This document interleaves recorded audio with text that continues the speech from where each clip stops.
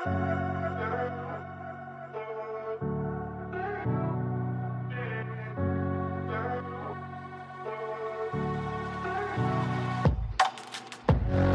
and welcome to Curious Conversations, the podcast where curiosity meets connection. Thanks for joining as we discuss captivating stories and ideas and engage in thought-provoking conversations with experts, enthusiasts, and everyday people. We hope to ignite a curious spirit as we embark on a quest for understanding, one curious conversation at a time. So let's jump in this together. Welcome to the world of Curious Conversations.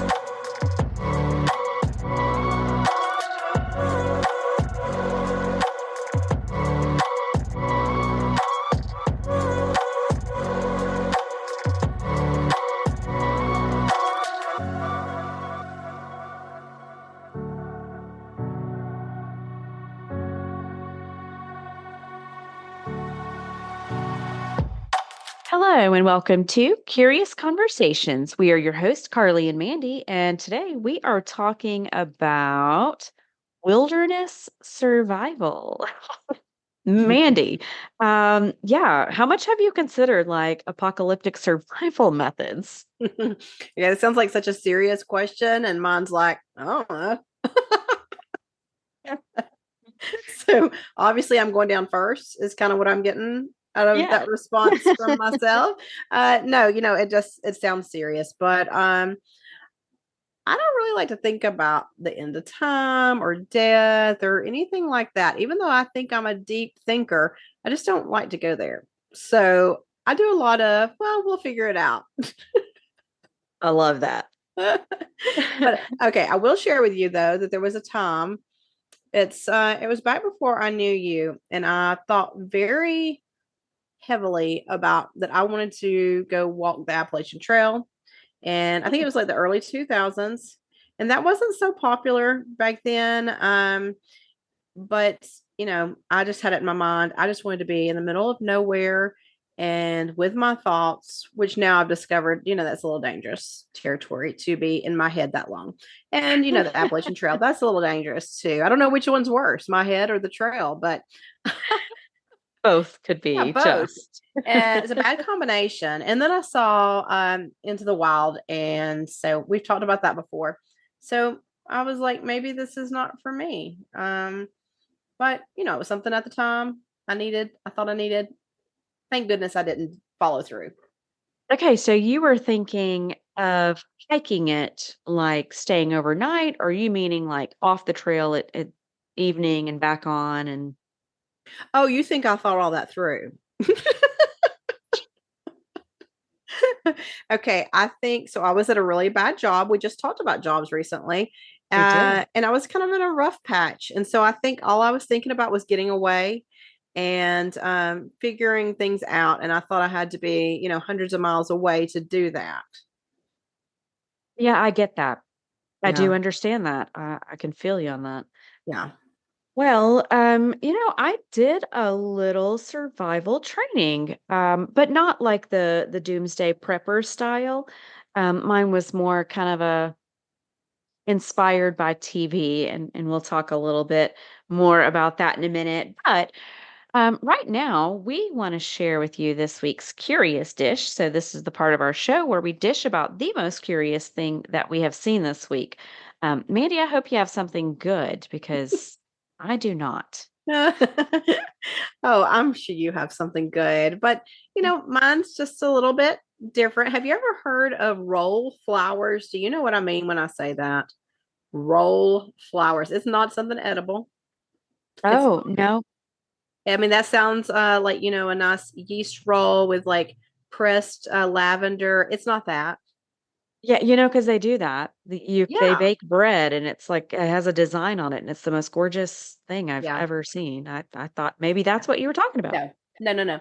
That's not that. Okay. So I have a few tattoos, but I'm notorious for sort of looking up and thinking on the tattoos I'm going to get.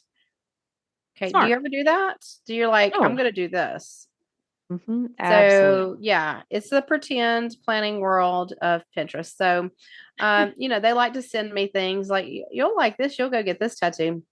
I just collect these things, and one day I'll go do it. But the latest one that was sent to me that I might like, and hopefully not going to take offense to them sending me this, is called roll flowers, which maybe you've got a little extra weight and you get those rolls on your back, and you just make that thing into a flower, a whole flower.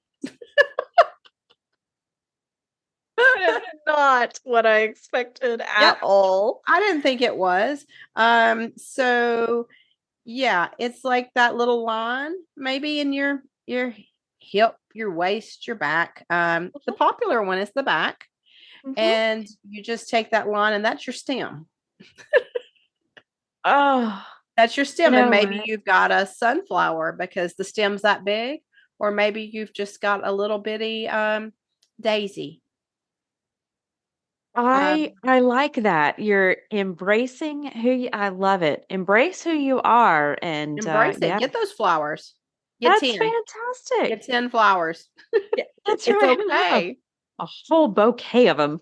Yeah, it's okay now. I didn't know it was okay. So they sent me this. They think this is what I need, AARP and roll flowers. That's where I am in life. Way to go, Pinterest algorithms. Yeah. Thank you They got guys. you good. Appreciate that. Well, I don't have a curious dish, and I find that curious because the reason I don't have a curious dish, as you know, I have spent the last week in bed. Um, Yep. and I do find that curious. I am getting, I'll say, sicker. I still get sick in the winter, but I'm getting sicker at the start of summer every year. I don't know if this is a thing or if it's just me. I don't know what's going on there, but you need to stop it. I I know. I know. I don't Yeah. know, and I don't know what this is. We've passed it. I will say that. My daughter started it, and you know how mamas get when their babies are sick. You just wanna Yeah. hold them and love them and kiss on them. And yep, that's I should have stayed away from her house. I brought it home. Yeah, it's hard. That's hard. But, it is difficult to get that curious dish when you're sort of just laid up in a bubble. You're not a part of the world there for a minute. You checked out.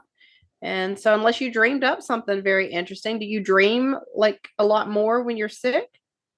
I don't. Yeah. I've heard of that though. Yeah, like fever dreams, right? Fever dreams. Mhm. Mhm. That came from somewhere. Absolutely. Yeah. Absolutely. Oh, I'd Yeah. love to hear about some fever dreams. I hardly ever dream. I just don't dream a lot. That's right. I forgot that about you. Oh my gosh. Yeah, Not a that's dreamer. my husband and my son. I'm the dreamer here. I'm the last of the dreamers. I love it. Well, back to our topic at hand, which is survival. Um, do you watch any survival shows?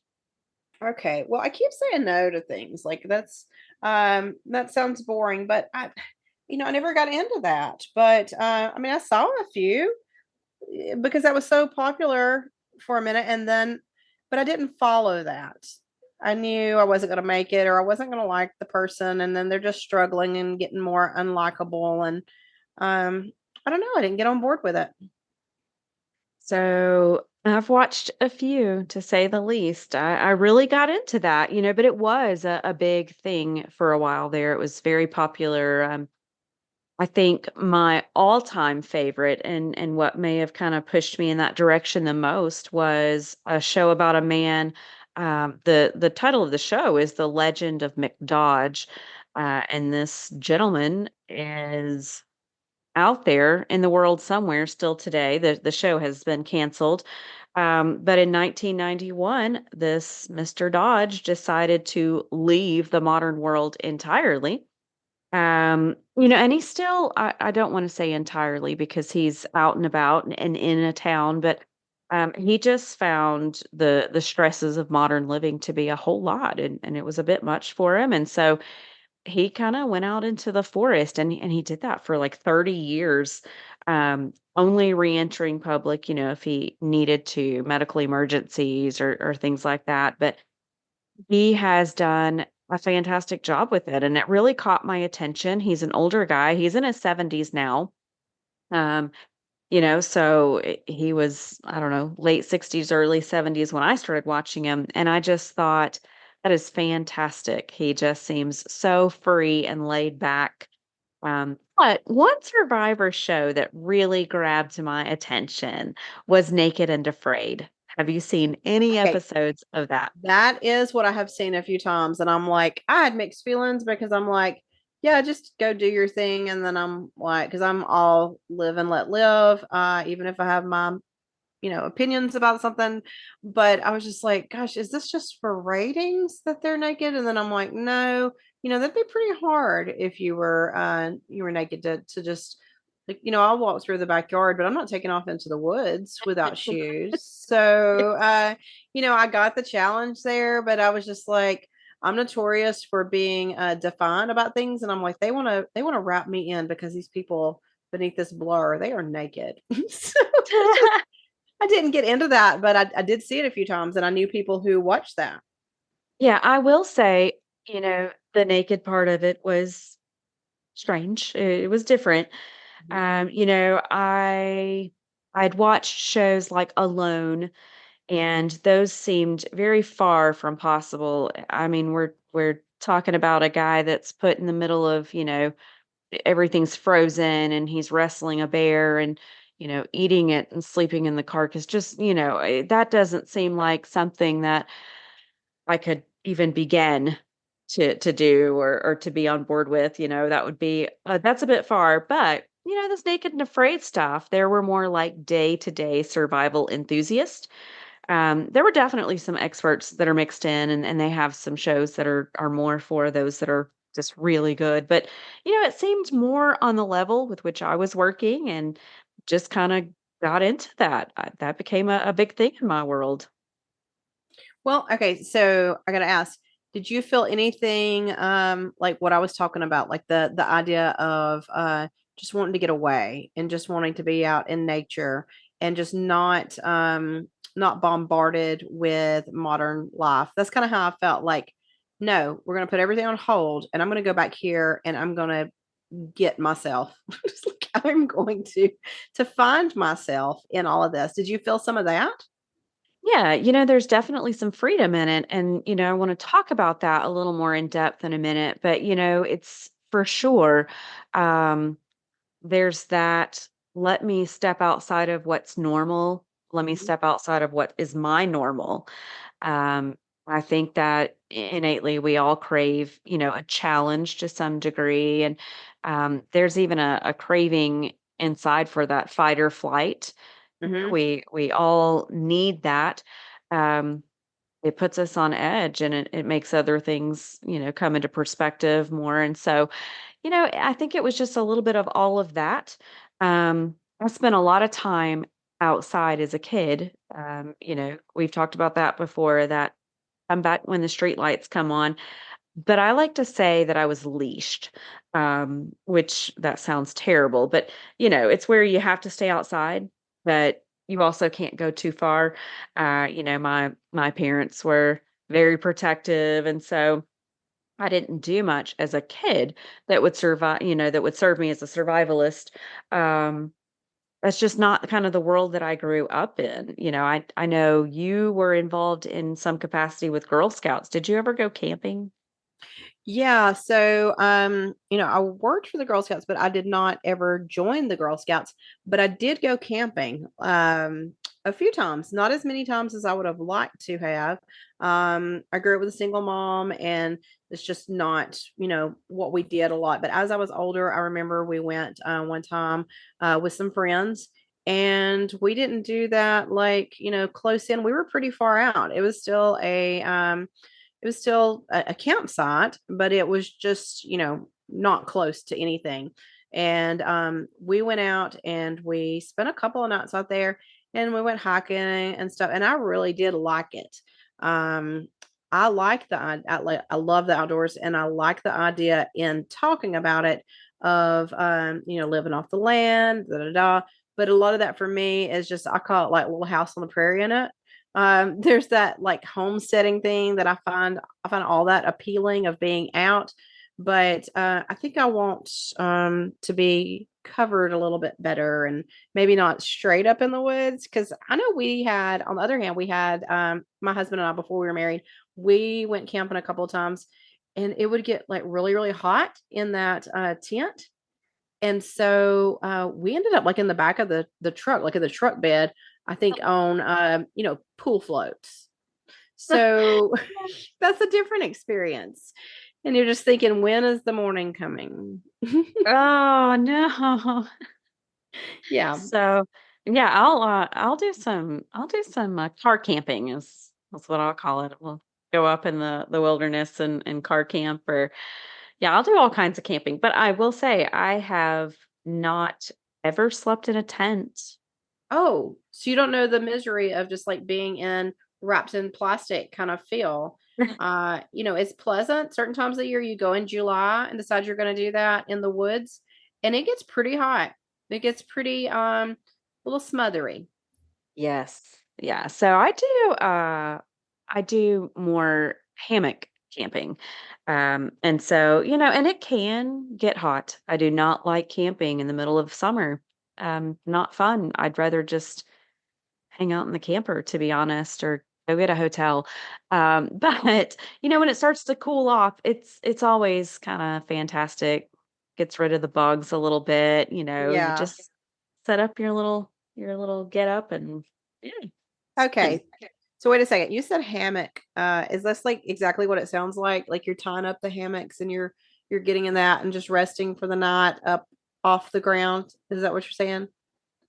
Yeah, So yeah. I That's struggle to get in a hammock, like here in the yard, like at my house. So I don't want to be counting on that thing for the night. Oh, no, I love it. It's not just the hammock. You've got an under quilt and you've got a bug net and a rain guard. You've got a whole little setup. But essentially, yeah, you're sleeping in a hammock, which I find very easy to do. I like the movement. I like there to be a little bit of wind and, the noise. I just really like that part of it. So I don't know if I could be as happy in a tent where you can't see the sky and you can't hear things as well. I like Yeah. that out in the open kind of feel, but yeah.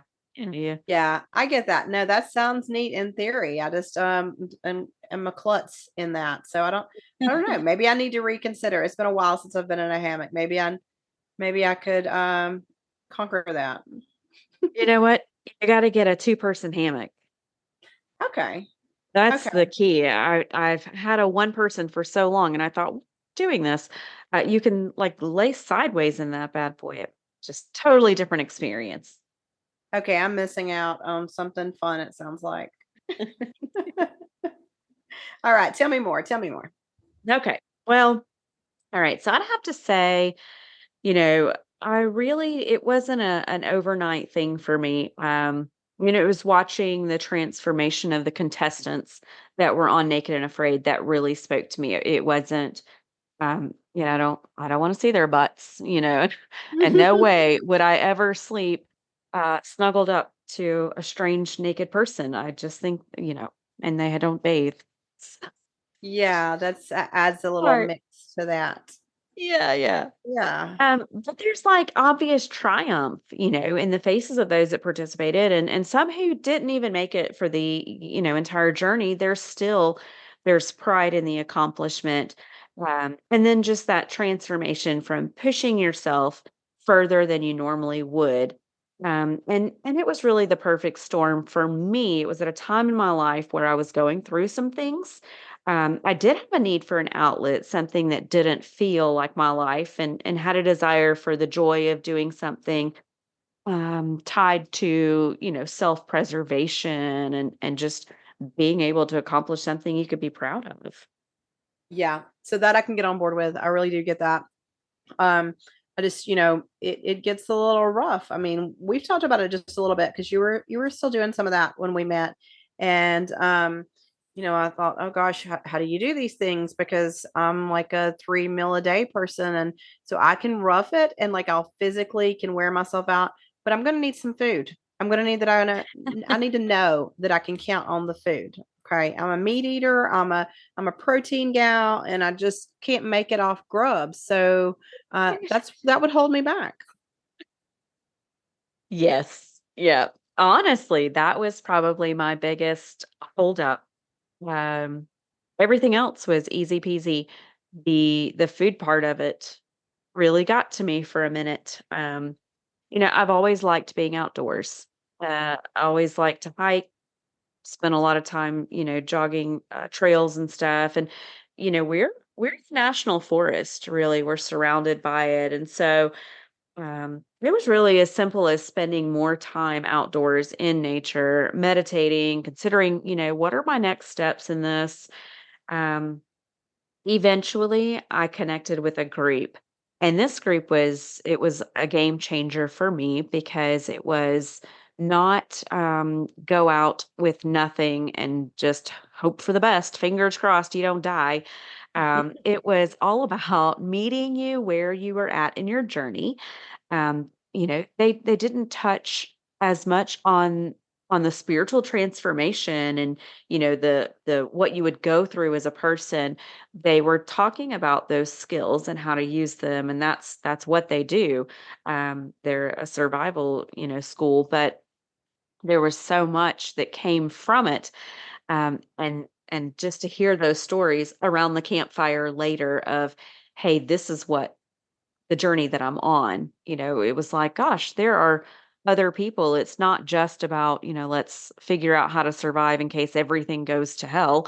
It was not that. It was for each person that was there was some type of self-preservation or pushing themselves, a little further, and just that sense of pride that comes from that on the other side. So yeah, that connecting with that group was by far the best thing for me. So, as you say that, I'm thinking about how far we have gotten away from being self sufficient. Everything is a hand down from something else. And, there's that almost like a disconnect from some of the things and the way we get we get our things like food and water, sources and all. And so I love that directness. I just think I would have had to have been I'm just like really, really good at it. Just like really good at it to know that, like, maybe I could kill and skin a whole deer or something. And that would be me, like fruits and berries as nuts, seeds. That's not enough for me. I would have to be like really serious. Right, right. I gotta figure out how to bag some deer, some birds or Yeah, yeah. yeah. I that's how I feel. And so how about sleep? I mean, are you getting enough sleep? Talk about the sleep situation there. Yeah. So, the original classes that I took, they were um everywhere from 2 days up to a week long. And then there were some other trips where it was just they dropped you. And, you had somebody close by on a walkie-talkie, but you were dropped. These starter classes for me, they were very helpful because, 1, they did provide meals, so you weren't gonna starve and die. Um, and you just tried to do what you felt, where you were at the time. Are you at the point of, "I'm gonna find my own food," or do I need food provided? They had a class schedule. You'd come out of the woods, where you had set up your camp, and then you were there for classes and you were back in your own little spot again. You were kinda on your own as far as provisions went.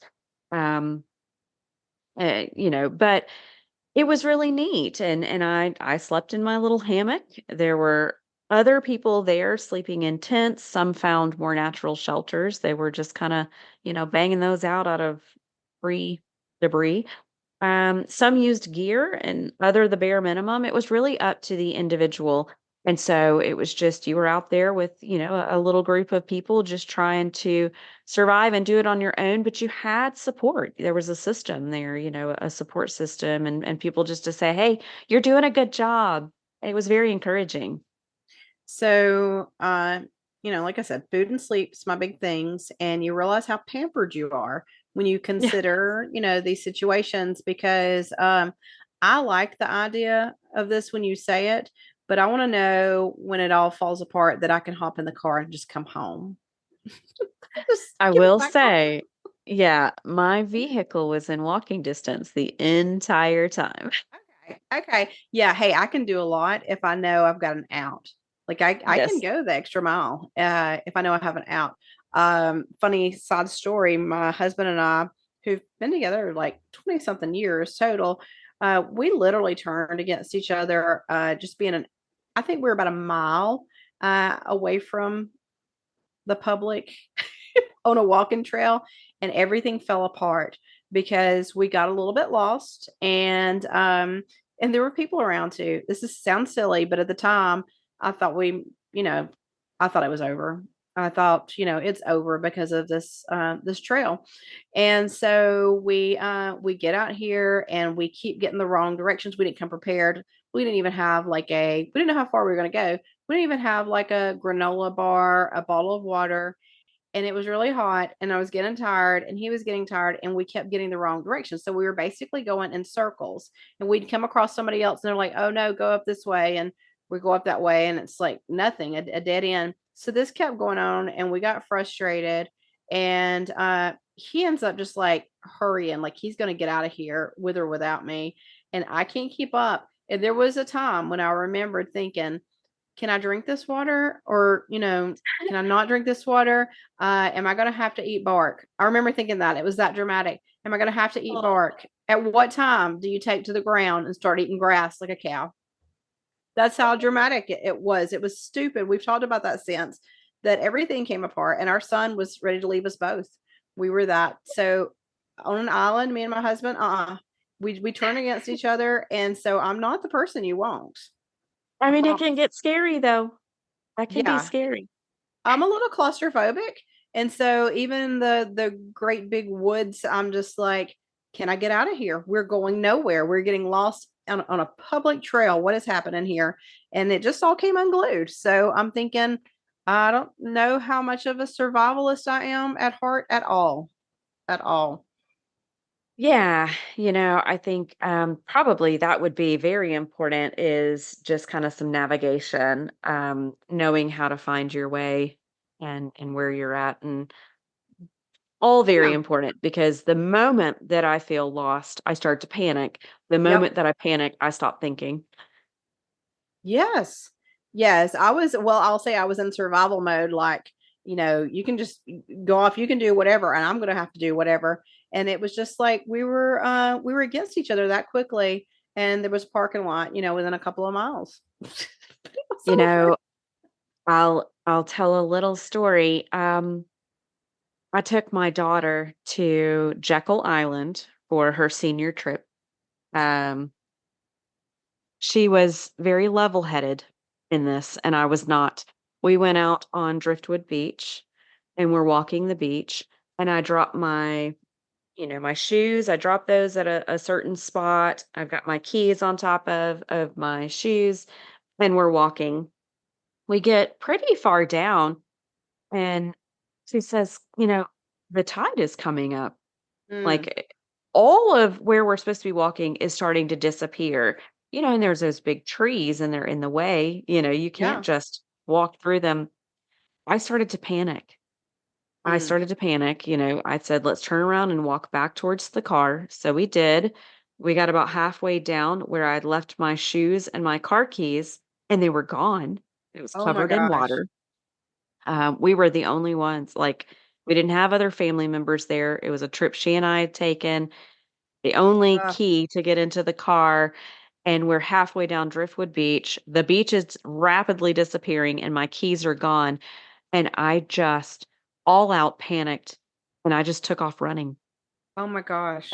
I just ran. You I don't just know where I ran. was going or what I was doing.